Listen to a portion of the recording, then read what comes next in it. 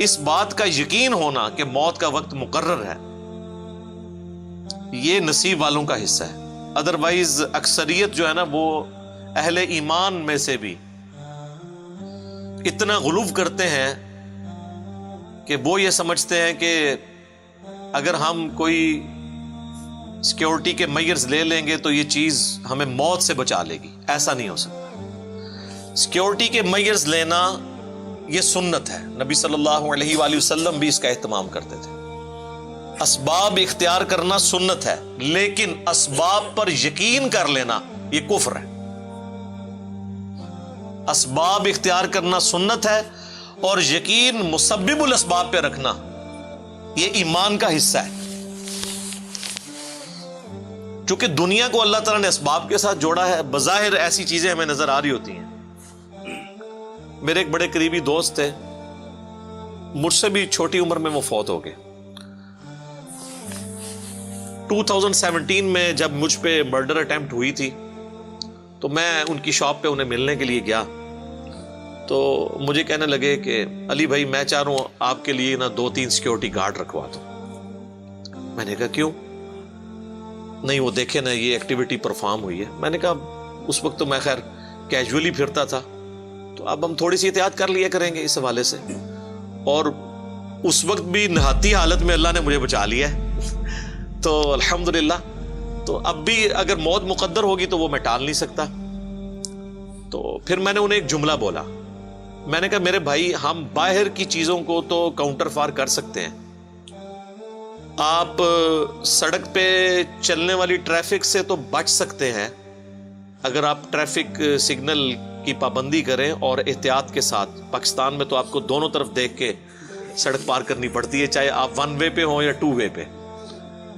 تو اس طرح کی جو موت کے گولے ہیں ان سے تو آپ بظاہر بچ سکتے ہیں، لیکن جو اندر کی ٹریفک ہے، جو روزانہ 1,00,000 دفعہ دل دھڑکتا ہے اور 10,000 لیٹر خون روزانہ پمپ کرتا ہے ہماری رگوں میں، اس سے کون بچا سکتا ہے؟ اگر دل فیل ہو جائے، گردے جو 25 دفعہ روزانہ ڈائلیسس کرتے ہیں اور ایک ڈائلیسس کی قیمت 8 سے 10,000 روپے مارکیٹ میں، 2.5-3 لاکھ روپے کا کام بغیر تکلیف کے گردے روزانہ کرتے ہیں. اگر گردے فیل ہو جائیں تو اس کے اوپر کون سا سیکیورٹی گارڈ بٹھایا جا سکتا ہے؟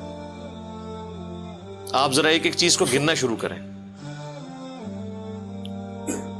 تو ان کو یہ میری بات سمجھ آ گئی، لیکن چند ہی ہفتوں کے بعد وہ خود ہارٹ فیل سے دنیا سے چلے گئے. اللہ تعالیٰ ان کی مغفرت کرے. نیک آدمی تھے، ہماری اکیڈمی کے ایک آپ سمجھ لیں شروع کے جو ممبرز تھے ان میں سے ایک تھے.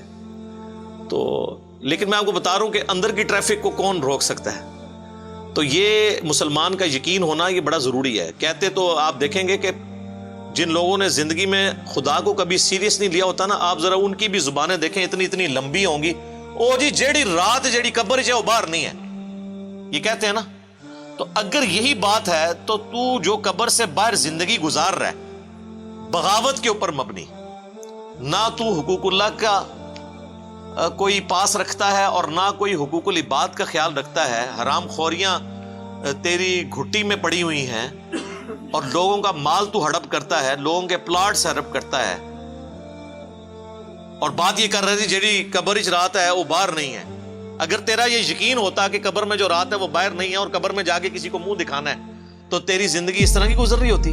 تو یہ ایک روایتی جملے ہیں. جس طرح ہمارے پولیٹیشنز، ہمارے ریاستی اداروں کے جو ترجمان ہیں، ماشاءاللہ آپ گفتگو سنیں تو بسم اللہ الرحمن الرحیم اور انشاءاللہ اور الحمدللہ اللہ تعالیٰ، عام بندہ اس پہ خوش ہو جاتا ہے اللہ دا نا پہ لیندے نے، اوے اللہ دا نا انجی پہ لیندے نے، انہاں دا تقیہ کلام ہے. اگر واقعی اللہ کو مانتے ہوتے اور یہ جواب دے ہوتے تو اس طرح ان کی زندگی گزر رہی ہوتی؟ ایسے نہ ہوتا. یہ صرف ایک روایتی ہماری کلام ہے جو ہم بولتے ہیں. تو اسی طریقے سے یہ بھی لوگ روایتاً بات کرتے ہیں کہ جی جو قبر میں رات ہے وہ باہر نہیں ہے، جو باہر ہے وہ اندر نہیں ہے. اگر اس پہ یقین ہونا تو اس کا منطقی انجام یہ ہونا چاہیے کہ قبر کی تیاری کی جائے. لوگ یہ جملہ بول کے یہ بتانا چاہتے ہیں کہ جی کر لو جو کچھ کرنا جائے، اسی بدماش جائے، اسی نیچے قبر ہی جانا جب تک اسی باہر آ. وہ یہ رزلٹ نکال رہے ہوتے ہیں. حالانکہ رزلٹ تو اس سے یہ نکالنا چاہیے کہ میں اپنی قبر کی اور آخرت کی تیاری کروں. اس طرف دماغ بھی نہیں ان کا جاتا. الٹا وہ اپنے مخالفین کو تھریٹ لگانے کے لیے بات کرتے ہیں کہ جتنی میری زندگی لکھی ہوئی ہے وہ تو میں باہر ہوں. اور بھائی جو تو باہر ہے تو اندر کی تیاری کرنا. تو یہ اصل اس میں سے مورل لیسن لینا چاہیے. وَلَئِن قُتِلْتُمْ فِي سَبِيلِ اللَّهِ او مُتْتُمْ، اللہ تعالیٰ فرما رہا ہے اگر واقعی تم اللہ کی راہ میں مارے جاؤ یا اپنی طبعی موت مر جاؤ جہاد میں، راستے میں، بیماری کے ذریعے، لَمَغْفِرَةٌ مِّنَ اللَّهِ وَرَحْمَةٌ خَيْرٌ مِّمَّا يَجْمَعُونَ، تو جو اللہ کی بخشش تمہیں ملنے والی ہے اور اس کی رحمت، وہ اس سے بہت بہتر ہے جو تم نے دنیا میں جوڑ کے رکھا ہوا ہے، چاہے وہ زندگی ایز این ایسٹ یا دنیا کے ایسٹس جو تم نے جوڑے ہوئے ہیں، اس سے بہتر اللہ کے پاس ہے. میں کہتا ہوں جی اگر واقعی جس میں رتی برابر ایمان ہے نا، اسے یہ آفر کی جائے نا کہ مرتے ہی تم سیدھا جنت میں جاؤ گے، تو آدھے مسلمان آج ہی مرنے کے لیے تیار ہو جائے کہ یار ادھر تو ذلت کی زندگی کاٹ ہی رہے ہیں، چلو اس سے تو جان چھوٹے گی تو آگے اربوں سال کی ہمیشہ کی زندگی مل جائے گی.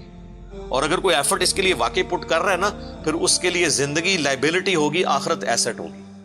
اسی لیے تو اللہ نے قرآن میں جگہ جگہ اس چیز کو ایڈریس کیا ہے کہ یہودیوں اگر تم یہ کہتے ہو نا ہم اللہ کے لاڈلے ہیں، اللہ کے چہیتے ہیں، تو موت کی تمنا کیوں نہیں کرتے؟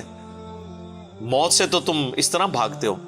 یعنی یہ نہیں کہا جا رہا کہ تم کہو کہ اللہ مجھے مار دے، نہیں، تمنا اس اعتبار سے کہ جس طرح ایک شخص کو اپنے محبوب سے وصل کا انتظار رہتا ہے نا، تو تمہیں بھی اس چیز کا انتظار رہے کہ میں مر کے اپنے رب کا دیدار کروں گا، تو پھر مرنے سے تمہیں خوف نہ آئے. اور سب سے زیادہ خوف یہودیوں کو ہوتا تھا، اسی لیے قریش مکہ تو کافر ہوئے ہیں، یہودی کافر نہیں ہوئے، وہ منافق ہو گئے، اوپر سے کلمہ پڑھ لیا تاکہ دونوں طرف پارٹیاں بنا کے رکھیں، کیونکہ ان کو اپنی جان عزیز تھی. اسی لیے سورۃ البقرہ میں آیا کہ یہودی جو زندگی کی ہرس رکھتے ہیں نا، یہ مشرکین سے بھی زیادہ رکھتے ہیں. حالانکہ وہ بت پرست تھے، لیکن وہ انہوں نے آ کے دیکھیں بدر میں، احد میں، خندق میں ڈٹ کے سامنے آ کے مقابلہ کیا، اعلانیہ انہوں نے انکار کیا. لیکن یہودیوں نے اعلانیہ انکار نہیں کیا، اوپر سے کلمہ پڑھ لیا، اندر سے جڑیں کاٹی. یہ بزدلی کی علامت تھی، ورنہ تو سامنے آ کے کہتے ہاں جی ہم نہیں مانتے، آ کے لڑو ہمارے ساتھ. تو دنیا کی محبت کی وجہ سے وہ بزدلی کا شکار تھے یہودی. تو اللہ تعالیٰ فرماتا ہے اگر آخرت تمہیں اتنی محبوب ہے تو تمنا کرو نا. تو یہی حال مسلمانوں کا بھی ہے. یہ کہنا آسان ہے کہ جی ہر وقت ہم موت کے لیے تیار بیٹھے ہوئے ہیں، لیکن تیاری کوئی نہیں ہے، بس تیار بیٹھے ہوئے ہیں. وہ سر آپ نہ بھی تیار بیٹھیں، جدو چکیا جانا ہے تو چکیا جانا ہے، تہاڈی تیاری نال کچھ نہیں، تو اسی تیار نہ بیٹھو، تیاری کرو. تو اللہ تعالیٰ مارا ہے کہ جو اللہ کی راہ میں جہاد کے دوران طبعی موت مر جائے نا، اس کے لیے بھی مغفرت اور اجر عظیم ہے، کیونکہ وہ اللہ کی راہ میں وقف ہوا ہے نا. اور اگر شہید ہو جائے گا پھر تو نور علی نور ہے. اچھا وہ کیوں ہے اجر؟ اس نے اللہ کے لیے نیت تو کی ہے نا. حتیٰ کہ صحیح مسلم میں حدیث ہے کہ جو شخص شہادت کی تمنا کے ساتھ اپنے بستر پہ بھی مرے نا، اللہ اسے بھی شہید لکھتا ہے.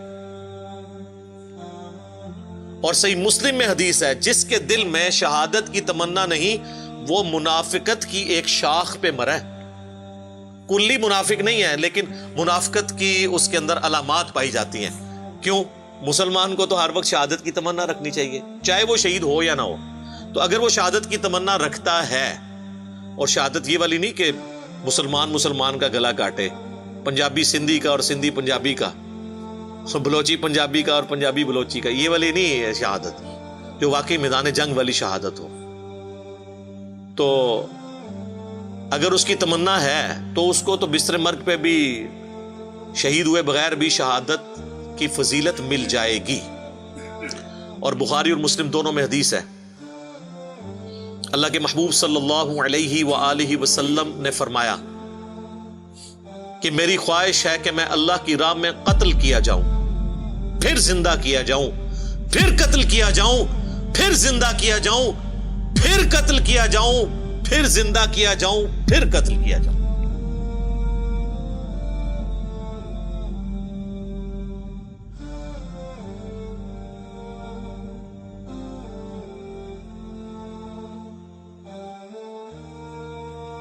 یہ حضور کی خواہش تھی. تو اللہ نے آنری طور پہ آپ کی خواہش پوری کی ہے. آپ کی موت زہر سے ہوئی، وہ میرا پچھلے دنوں ایک ویڈیو ریکارڈ ہوئی تھی، رسول اللہ کا قاتل کون، کیونکہ بعض غالی رافضیوں کی طرف سے یہ الزام لگایا گیا کہ اصحاب رسول میں سے کسی نے رسول اللہ کو زہر دیا تھا، تو وہ میں نے پورا ایک ڈاکٹرن کلیئر کی ہے، اور یوٹیوب پہ ویڈیو رکھی ہوئی ہے، نبی صلی اللہ علیہ وآلہ وسلم کا قاتل کون۔ تو ایک شیعہ عالم تھے، انہوں نے بڑے غلوف کے درجے میں جو ہے نا اس طرح کی باتیں کی، تو میں نے ان کے جواب میں وہ ویڈیو ریکارڈ کروائی تھی، وہ آپ جا کے دیکھ سکتے ہیں۔ تو جس کو شہادت کی تمنا ہوگی اس کو بستر مرگ پہ بھی اللہ تعالیٰ ثواب دے دے گا انشاءاللہ تعالی۔ اب بڑی اہم ترین آیت آ رہی ہے جی، اچھا اس کے ساتھ وہ آیت بھی جوڑ لیتے ہیں، وَلَئِن مُتُّمْ أَوْ قُتِلْتُمْ، اگر تم مر جاؤ اللہ کی راہ میں سفر کرتے ہوئے یا جنگ میں قتل کر دیے جاؤ، لَإِلَى اللَّهِ تُحْشَرُونَ، تمہیں اللہ کے حضور ہی جمع کیا جائے گا at the end of the day, چاہے کوئی قتل ہوا، مرا، شیر کے پیٹ میں چلا گیا یا کسی ویل مچھلی کے پیٹ میں چلا گیا یا ایئر کریش میں اس کی راکھ اڑ گئی، الٹیمیٹلی تم جمع کر لیے جاؤ گے قیامت والے دن اللہ کے حضور، اللہ نے تمہیں زندہ کر لینا ہے۔ تو اس کے یعنی یہ کوئی اللہ تعالیٰ اپنی صرف قدرت کا اظہار نہیں کر رہا کہ زندہ ہو جانا ہے، تو مطلب یہ ہے کہ اللہ کے حضور تمہاری پیشی ہونی ہے کہ تم نے یہ ساری قربانیاں اللہ کے لیے کی تھیں یا کسی کے دکھلاوے کے لیے کی تھی۔ یہ شہادت جو ہے وہ اپنی بہادری کے جوہر دکھانے کے لیے تھی یا واقعی اللہ کے لیے مرنا چاہتے تھے تم؟